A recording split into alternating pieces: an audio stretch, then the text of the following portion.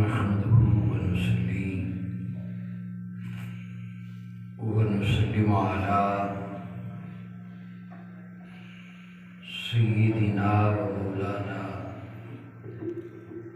محمد رسوله النبي الأمين المكين الحليم الرؤوف الرحيم. أما بعد فأعوذ بالله من الشيطان الرجيم. بسم الله الرحمن الرحيم. وإنك لعلى خلق عظيم. صدق اللہ العظیم. مولایا صلی وسلم دائما ابدا علی حبیبک خیر الخلق کلہم.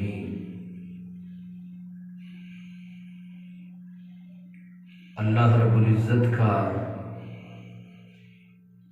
بے پایاں لطف و کرم اور احسان ہے کہ جس نے ہمیں امت محمدیہ میں پیدا فرمایا. سبحان اللہ، ماشاء اللہ، سبحان اللہ. آج جو ہمارا موضوع چل رہا ہے یہ آپ کے سامنے ایک کتاب ہے جس کا عنوان ہے خلق عظیم کا پیکر جمیل صلی اللہ علیہ وآلہ وسلم. سبحان اللہ، ماشاء اللہ. جیسا کہ کہا گیا کانکا تراہ، کہ دیکھو کہ سرکار کیسے ہے. جی، دیکھو کہ سرکار کیسے؟ اخلاق حسنہ کی اسی اہمیت کے پیش نظر آقا علیہ الصلوۃ والسلام تمام امت کو عمدہ اخلاق اختیار کرنے کا حکم فرمایا. حضرت ابو ذر غفاری رضی اللہ تعالیٰ عنہ بیان کرتے ہیں کہ آقا علیہ الصلوۃ والسلام نے انہیں ارشاد فرمایا اتق اللہ حیثما کنت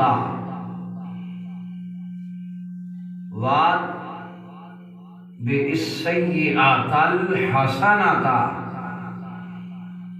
تمحها وخالق الناس بخلق حسن. کہ آقا علیہ الصلوۃ والسلام نے فرمایا کہ تم جہاں کہیں بھی ہو اللہ تعالیٰ سے ڈرو، گناہ کے بعد نیکی کرو اور وہ اسے کیا کرے گا؟ مٹا دے گی. اور جو لوگ ہیں ان کے ساتھ اچھے اخلاق کے ساتھ پیش آؤ.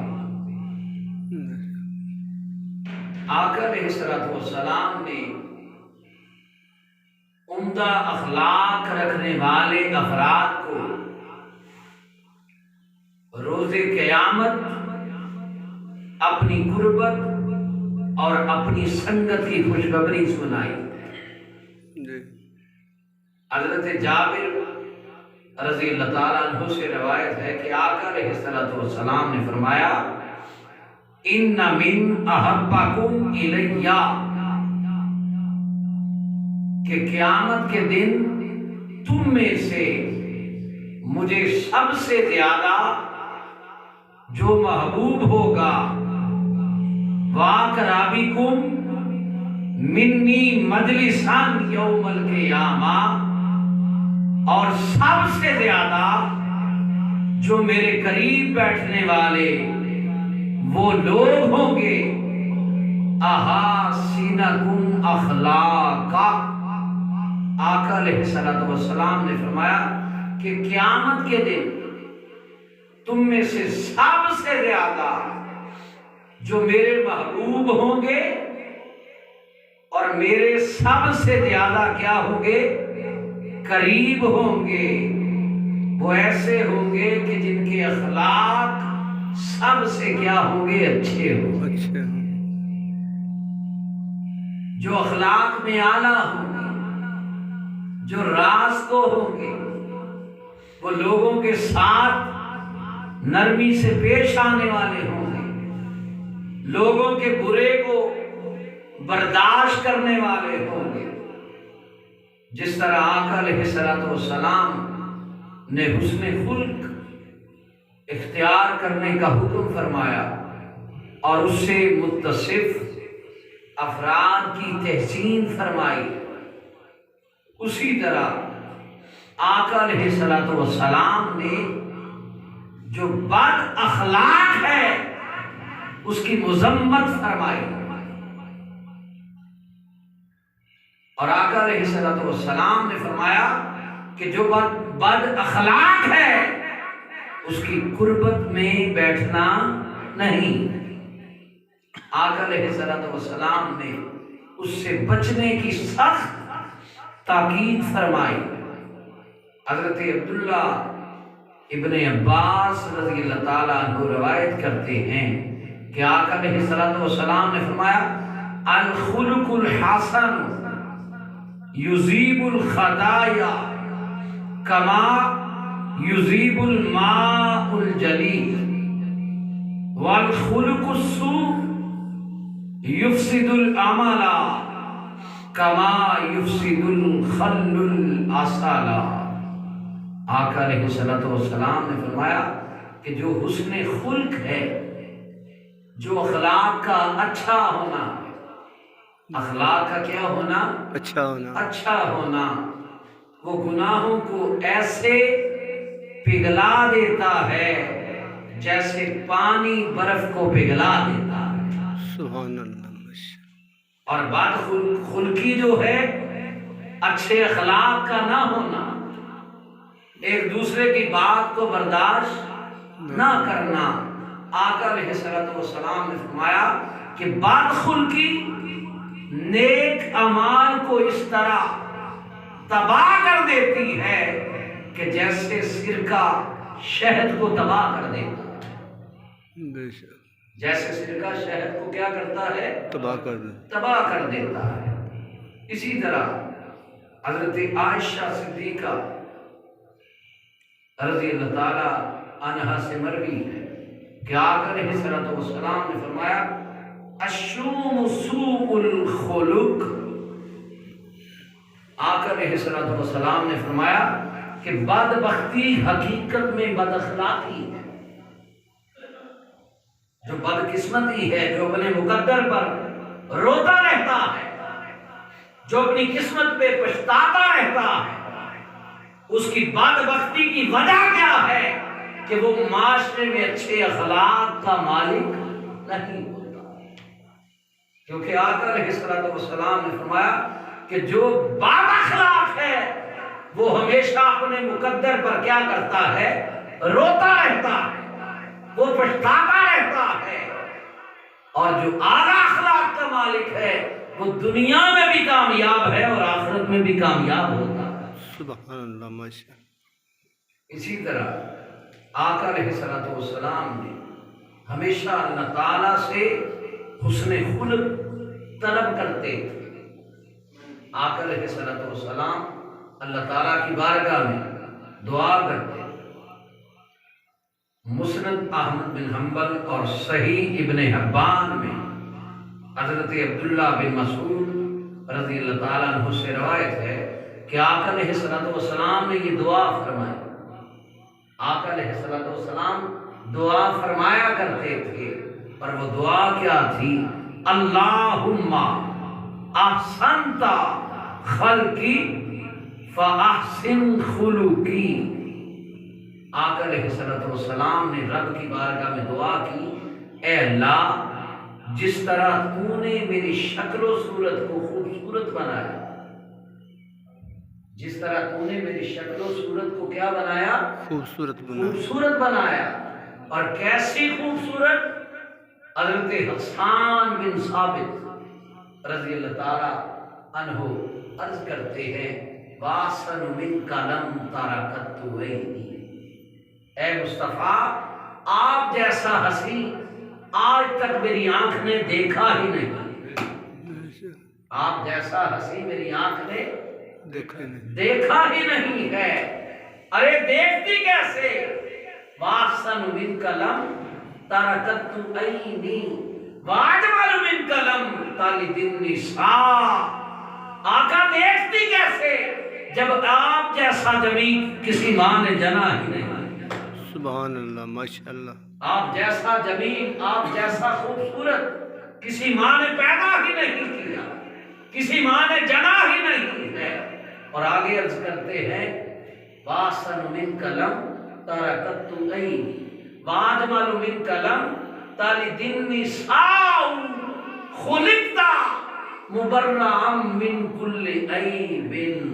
آقا آپ کو رب نے ہر عیبوں سے کیا پیدا فرمایا؟ پاک پیدا فرمایا، سارے عیبوں سے پاک فرمایا، سارے نقص سے پاک پیدا فرمایا. اور آگے عرض کرتے ہیں کانک قد خلقت کما تشاء. اور اے مصطفیٰ آپ کو ایسے لگتا ہے کہ جیسے آپ نے چاہا اسی طرح آپ کا رب آپ کو بناتا گیا. سبحان اللہ، ماشاء اللہ. اسی طرح آپ کا رب آپ کو کیا کرتا رہا؟ بناتا رہا، بناتا رہا، بناتا ہے. تو آقا علیہ الصلوۃ والسلام یہ دعا کیا کرتے تھے کہ مولا جیسے تو نے میری شکل و صورت کو کیا بنایا؟ خوبصورت بنایا. کیا بنایا؟ خوبصورت بنایا. اسی طرح میرے اخلاق بھی خوبصورت بنا دے. اسی طرح میرے اخلاق بھی کیا بنا دے؟ خوبصورت بنا دے. اب آقا صلی اللہ علیہ وسلم کے اخلاق تو پہلے ہی نہایت خوبصورت اور عالی شان تھے. بارگاہ الہی میں اس دعا کا مطلب اظہار بندگی ہے. اظہار کیا ہے؟ بندگی ہے کہ جب بھی تم مانگو تو خدا سے مانگا کرو. اگر شکل و صورت کو مانگتے تو پھر بھی خدا سے مانگا کرو. اب اگر اپنی طبیعت میں نکھار لانا چاہتے ہو تو پھر بھی خدا سے کیا کیا کرو؟ دعا کیا کرو. اب یہ سارا کچھ اور تعلیم امت ہے. یہ امت کے لیے امت کو یہ سمجھانا بھی مقصود تھا کہ اگر طبیعت، صلاحیت، مزاج اور اخلاق میں پہلے سے اچھائی اور عمدگی موجود ہو تب بھی انسان اس سے بے فکر اور بے نیاز نہ. اب ہمارا حال کیا ہے؟ اگر ہمیں مشکلات آ جائیں، اگر ہمیں کیا آ جائے؟ مشکلات آ جائیں تو پھر ہم رب کی بارگاہ میں کیا ہوتے ہیں؟ حاضر ہو جاتے ہیں. اور اگر ہمارا کام چلتا رہے، کیا کام چلتا رہے، پیسے آتے رہے، جائیداد بنتی رہے اور گھر والے بچے پڑھتے رہیں، کسی مشکلات کا سامنا نہ کرنا پڑے تو ہم تو رب کو بھی معاذ اللہ کیا کرتے ہیں؟ بھول جاتے ہیں.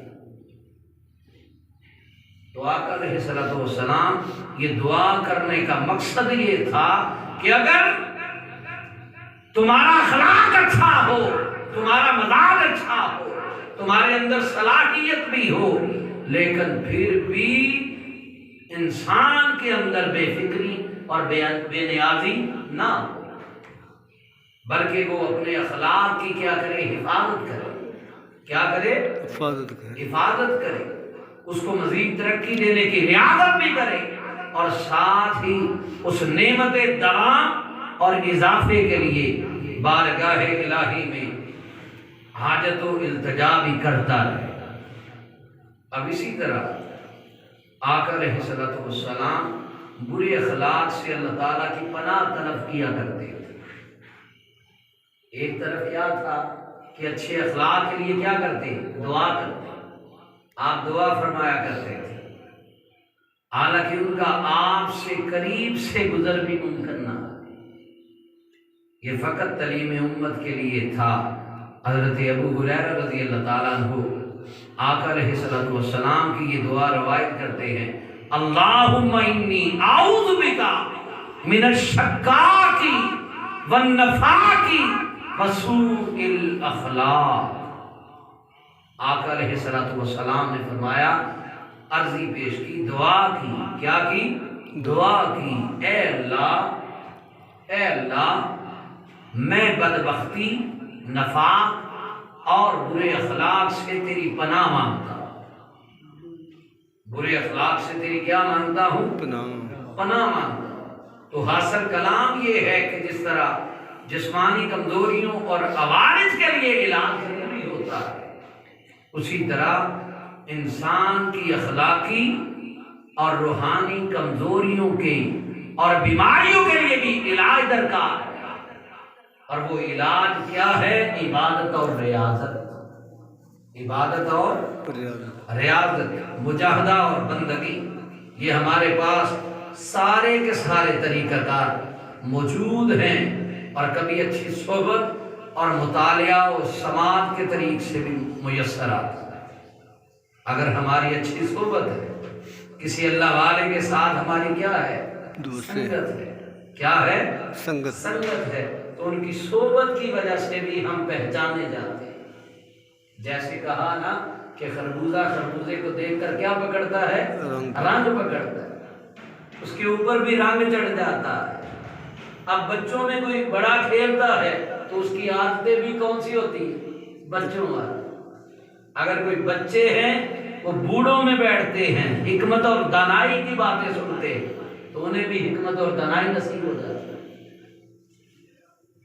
تو یہ میسر آئے گا، کیونکہ یہ بھی کہا گیا کہ درویش کی جو ایک لمحے کی سنگت ہے، کتنے لمحے کی؟ ایک لمحے کی جو سنگت ہے نیک بندے کی، وہ 100 سالہ بے ریا عبادت سے بھی کیا ہے؟ اعلیٰ۔ کیا ہے؟ اعلیٰ ہے۔ اس کی وجہ کیا ہے؟ کہ نگاہ ولی میں وہ تاثیر دیکھی، بدلتی ہزاروں کی تقدیر دیکھی۔ تو وہاں تو تقدیریں بدل جاتی ہیں، وہاں تقدیریں کیا ہوتی ہیں؟ بدل جاتی ہیں۔ اب کوئی بندہ کہے کہ وہ پتھر ہیں یا وہ مزارات پتھر ہیں، مزارات کیا ہے؟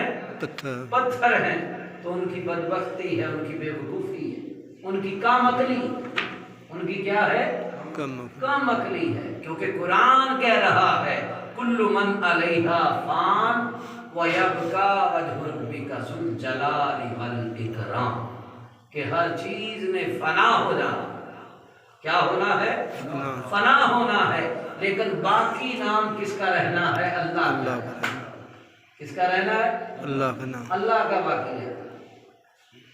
اب مثال ہے، اگر بیٹا ہو کسی کا، کیا؟ کسی کا بیٹا ہو، تو باپ دنیا سے چلا جائے، باپ دنیا سے چلا جائے، تو دیکھنے والے کیا کہتے ہیں؟ یہ فلاں کی کیا ہے؟ نشانی، یہ فلاں کی نشانی، یعنی آم پیدا کرنے والا اس کی نشانی ہو سکتا ہے۔ تو ساری کائنات کو جو پیدا کرنے والا ہے، ظاہر ہے اس کا ذاکر ہوگا تو مذکور ہوگا، اگر ذکر کرنے والا نہیں ہے تو مذکور بھی نہیں ہے۔ مطلب یہ ہے کہ جو کہا گیا موتو انت قبل الموت، مرنے سے پہلے مر جا، مرنے سے پہلے مر جا، یہ درویشوں کا کہنا ہے، مرنے سے پہلے مر جا۔ یہ وہ مرنا نہیں ہے کہ اسرائیل آیا اور اس نے روح کو کیا کیا؟ نکالا۔ اس مرنے سے مراد یہ ہے کہ مرنے سے پہلے مر جا، کہ اپنے اندر سے ساری قدورتیں، اپنے اندر سے سارا حسد، اپنے اندر سے سارا کینہ، اپنے اندر سے سارا بغض، اپنے اندر سے سارا لڑائی جھگڑا نکال کر آقا کا جو اخلاق ہے اس کی پیروی کیا۔ سبحان اللہ، ماشاء جو آقا کی زندگی ہے اس کے مطابق اپنی زندگی کو گزارنے کی کوشش کیا۔ یہ ہے مرنے سے پہلے مر جا۔ جیسے حضرت ظہوری علیہ الرحمہ نے کہا نا، اے عشق ظہوری کئی باری مرنے تو پہلا مار دا۔ تو جو عشق ہوتا ہے وہ تو مرنے سے پہلے ہی مار دیتا ہے۔ تو ان کی سنگت سے بھی اخلاق اعلیٰ ہمیں نصیب ہو سکتا ہے۔ کن کی سنگت سے؟ جو نیک لوگ ہیں ان کی سنگت میں بیٹھنے سے۔ اب اسی طرح حضرت امام بخاری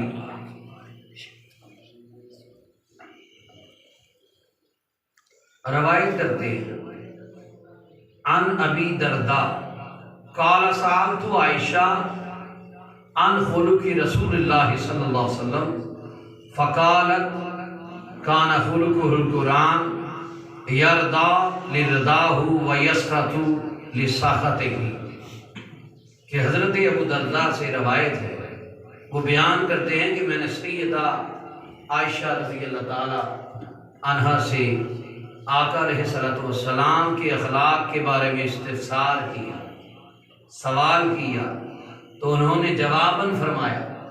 اب یہاں تک آپ بات سنتے رہے اور سنی بھی ہے، کان خلقہ القرآن، کان خلقہ القرآن، کہ آپ کا اخلاق سارے کا سارا قرآن جو ہے وہ آپ کا کیا ہے؟ اخلاق ہے۔ آپ کا کیا ہے؟ اخلاق ہے۔ اور آگے فرمایا اخلاق سے مراد یہ بھی ہے کہ آپ اللہ کی رضا کی خاطر راضی ہوتے اور اللہ کی ناراضگی کی وجہ سے کسی سے خفا ہوا کرتے۔ پہلے تو یہ سنتے تھے نا کہ سارے کا سارا قرآن حضور کا کیا ہے؟ اخلاق ہے۔ تو اگر کوئی بندہ دنیا میں رہتے ہوئے کسی سے خفا ہو جاتا ہے، کسی سے کیا ہو جاتا ہے؟ خفا ہو جاتا ہے، یا کسی سے راضی ہو جاتا ہے، تو اس پہ عیب تراشنے والی انگلی استعمال نہیں کرنی چاہیے۔ ہو سکتا ہے اس کی رضا میں، اس کے راضی ہونے میں اللہ تعالیٰ کی کیا ہو؟ رضا۔ کسی کے ساتھ اگر وہ دشمنی رکھتا ہے، ہو سکتا ہے اس کے اندر رب کی کیا ہو؟ رضا۔ آقا علیہ السلام نے فرمایا کہ جس نے کسی کو عطا کیا رب کی رضا کے لیے، کسی کو عطا نہ کیا رب کی رضا کے لیے، کسی سے بغض رکھا رب کی رضا کے لیے، اور کسی سے پیار کیا رب کی رضا کے لیے، آقا علیہ السلام نے فرمایا اس کے ایمان میں کوئی شک نہیں ہے، فقط استکمل الایمان، پس اس کا ایمان مکمل ہو جاتا ہے، بس اس کا ایمان کیا ہو جاتا ہے؟ مکمل ہو جاتا ہے۔ تو آقا علیہ السلام بھی اللہ کی رضا کی خاطر راضی ہوتے، اللہ کی رضا کی خاطر راضی ہوتے اور اس کی ناراضگی کی وجہ سے خفا ہوا کرتے تھے۔ تو میں ایک بات درمیان میں میرے ذہن سے تھوڑی سی سلپ ہو گئی، پھر یہ جو ہم جمعہ والے دن آپ بھی جایا کریں، آپ بھی نا سارے لوگ جایا کریں قبرستان۔ کہاں جایا کرے؟ قبرستان میں جایا کرے، اللہ والوں کے پاس جایا کرے، اللہ والوں کے پاس جایا کرے۔ حضرت ابو ایوب انصاری رضی اللہ تعالیٰ عنہ، یہ آپ کو تو پتہ ہے کہ آقا علیہ السلام کے کیا تھے؟ یہ میزبان تھے۔ کیا تھے؟ میزبان تھے، آقا کے لیے ضیافت کا اہتمام کرنے والے تھے، آقا علیہ السلام کے لیے ضیافت کا اہتمام کرنے والے۔ اور یہ بات آج میں آپ کو ایک تحفے کے طور پر بتا دوں، کیونکہ آج کل مدینہ شریف کافی لوگ جا رہے ہیں، کافی لوگ جا رہے ہیں۔ اللہ تعالی ہم سب کو اپنے حبیب کی در کی حاضری عطا فرمائے۔ تو یہ جو مکہ ہے نا، مکہ تو مکہ پہلے پتریلا تھا،